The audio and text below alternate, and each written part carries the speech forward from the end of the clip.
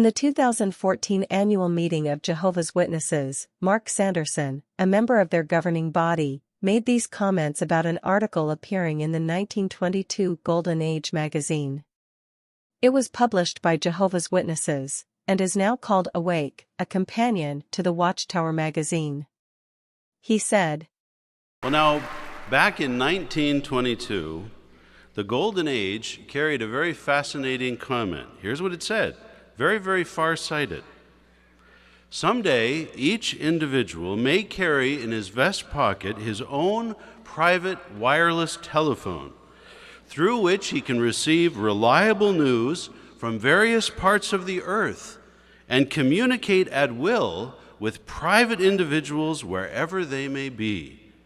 Then, too, the necessity for the phonograph will be practically eliminated. Well, now, those were far-sighted comments, weren't they? As seen here, this is from the second page of the article The Gift of Speech, by H.E. Coffey. Today we would immediately identify this prediction with the smartphone, where we can indeed receive news from various parts of the earth and communicate at will with private individuals wherever they may be. I don't know how much coffee Mr. Coffey drank before writing this, assuming he did drink that caffeinated beverage, but it is absolutely amazing how his technological prediction was so far-sighted and accurate. A possible reason for that foresight is a previous comment from the famous electrical engineer Nikola Tesla, who is also known for making some fascinating predictions, one of them seeing fulfillment in today's smartphone.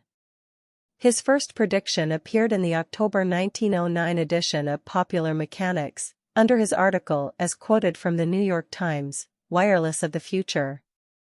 There he said that a future telephone will be an inexpensive instrument not bigger than a watch. While his prediction of it being inexpensive is certainly debatable today, he made a similar prediction 17 years later in 1926, or 4 years after the Golden Age issue. There, in the January 30th issue of Collier's magazine, he said, "We shall be able to communicate with one another instantly, irrespective of distance.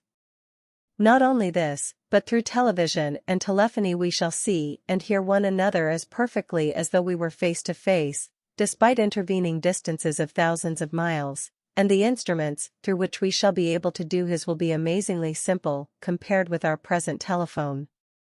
A man will be able to carry one in his vest pocket." As seen here, this was summarized as "you will communicate instantly by simple vest pocket equipment."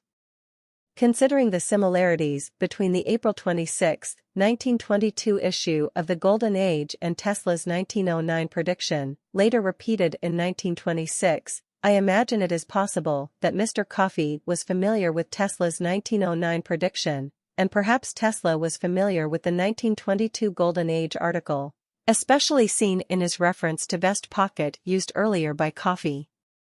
So was Mark Sanderson correct that the Golden Age article had a far-sighted comment? Yes, and it may well have Tesla's genius behind it.